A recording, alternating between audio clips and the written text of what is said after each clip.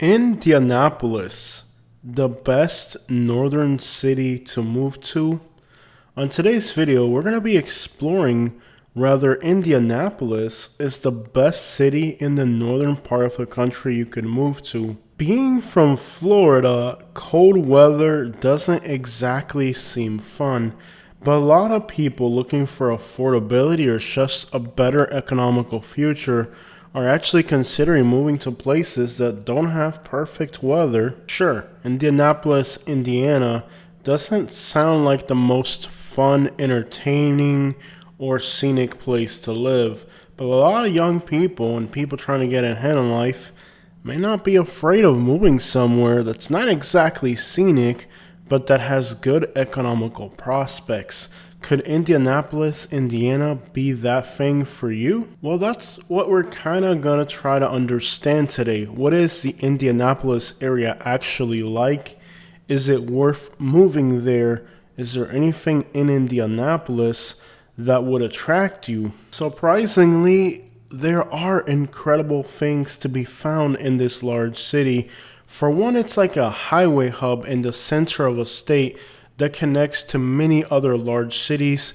Very conveniently, you could be in Cincinnati, Louisville, Chicago, Detroit, and many other large centers. On the north side of the city, we found some incredible suburbs like Carmel and Fishers that are some of the best rated suburbs in the United States.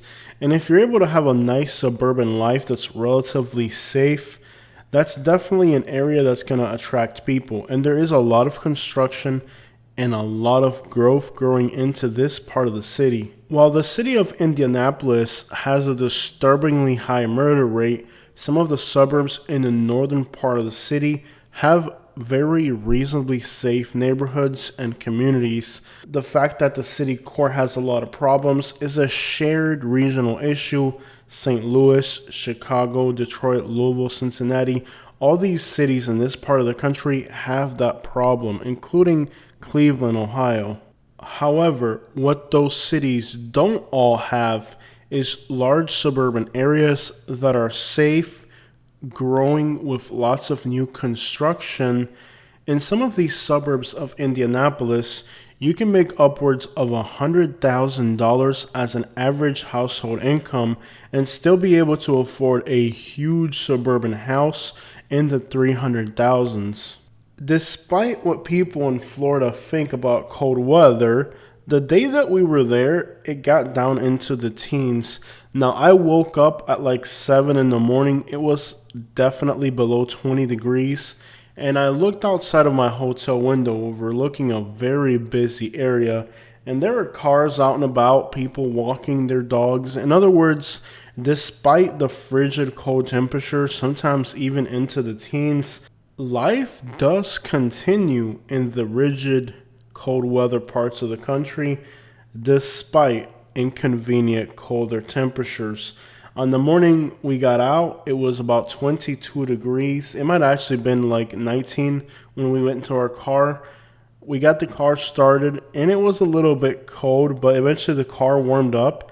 We went to our Starbucks and had a nice normal suburban day. Despite the cold weather, people were out and about, and it was a nice sunny day, beautiful day to explore. What I don't like isn't exactly the cold temperatures, it's the overcast days that really kill me when it comes to northern climates, not being able to see those blue skies all the time. We have been able to enjoy this cold weather, and almost every year we're getting into the routine of, during the colder months, traveling up north to get what I call a relief from the unbearable heat and humidity that we have here in Florida throughout the entire year. And we have found out that going up north into cold weather hasn't really been that much of a problem for us. We've actually enjoyed going to the cold weather. The biggest downfall isn't really the cold itself. It's like not being able to see the blue skies and sunlight and what we call the winter depression. Now keep in mind, we live in Naples, Fort Myers, Sarasota. These are tropical beach towns, so At first, we were a little apprehensive about the cold weather. And if you're from South Florida and you've really been thinking about getting out somewhere more affordable with better economical prospects, the cold weather isn't as bad as we put it out to be. But it comes down to one simple thing. Are you actually going to be troubled by the cold weather? Some people just can't do it. Maybe they have arthritis or back pain or leg pain, and the cold weather just makes everything hurt. There's also, for me, the heaters, the electric heaters to keep you warm. I have a huge allergic reaction to dust, and most likely cold weather isn't going to work for me because I remember growing up in Louisville, Kentucky, I always had nosebleeds. And on this trip to Indiana, I got a lot of nosebleeds the whole time I was up there. So me and heaters don't mix. If you're from Florida and you're tired of the heat and the humidity and the high cost of living, and you're thinking about moving somewhere better weather-wise and perhaps economically, I would definitely recommend that you spend like 2 weeks in a cold place like Chicago, Detroit, or Indianapolis and see how it goes. Maybe it will be okay for you and it won't be as bad, or maybe it will really suck. It's going to vary from person to person. However, don't let that discourage you. Find out if the cold weather will really work for you or not. Give you an example. The other day, it was like in the lower 40s, and I had to walk outside at 6 in the morning to take my garbage out, and it really sucked here in Florida. Yet, when I was in Indianapolis, sometimes it only got up to 28 degrees, but it was actually pretty enjoyable the whole time because it wasn't windy and it wasn't humid. We found some really bad-looking hoods in Indianapolis. There's some Hispanic parts of the city that are in really bad shape. Usually, I take that as a really bad sign, but after all, you're still in Indiana, a state that's not exactly the most welcoming to outsiders, so it's expected that the ones that do end up there may not have the best economical prospects. But driving through the city of Indianapolis didn't really seem that bad compared to other cities. But I will note that the Hispanic neighborhoods that we saw had an unbelievable amount of litter. I'm going to speculate that it's people that don't live in that neighborhood that go to that neighborhood in their commute and decide to litter there to make a point about how they feel about that community. I really hope that's not the case, but the fact that there was so much litter in the Hispanic areas is definitely not a good sign. This is something you typically see in the Deep South, and Indiana is by far not a welcoming state to outsiders, especially minorities. Many of the rural towns on the outskirts of Indianapolis are going to be 95% white, and the cities don't really have a history of being welcoming. My wife's grandpa was from this region of the country, and they definitely have some shady history when it comes to race relationships in their past. Let's just say, for one, he was a little apprehensive about me being Hispanic, so we understand that in this region of the country, there's actually a lot of sentiment towards outsiders that are of minority background. It's not really a surprise. And that by itself makes it completely unattractive to me. However, should mention that this is usually an issue we run into in the Deep South, but Indiana and Ohio and a few other pockets of the country also have these sentiments as well. It's not just the Deep South. Overall, one of the most resounding things that I found about Indianapolis is how much activity, life, and people out and about there were despite the cold weather. Obviously, life has to keep going on even in the winter.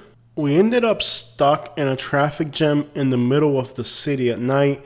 I found this to be a little bit odd that despite frigid cold weather, there were so many people downtown at night that there was a traffic jam. And I've noticed this with a lot of northern cities, that the cold weather really does not deter people from being out and about, and it really shouldn't. Never crossed my mind that a city in the northern part of the country would have a traffic jam to get downtown when it's that cold.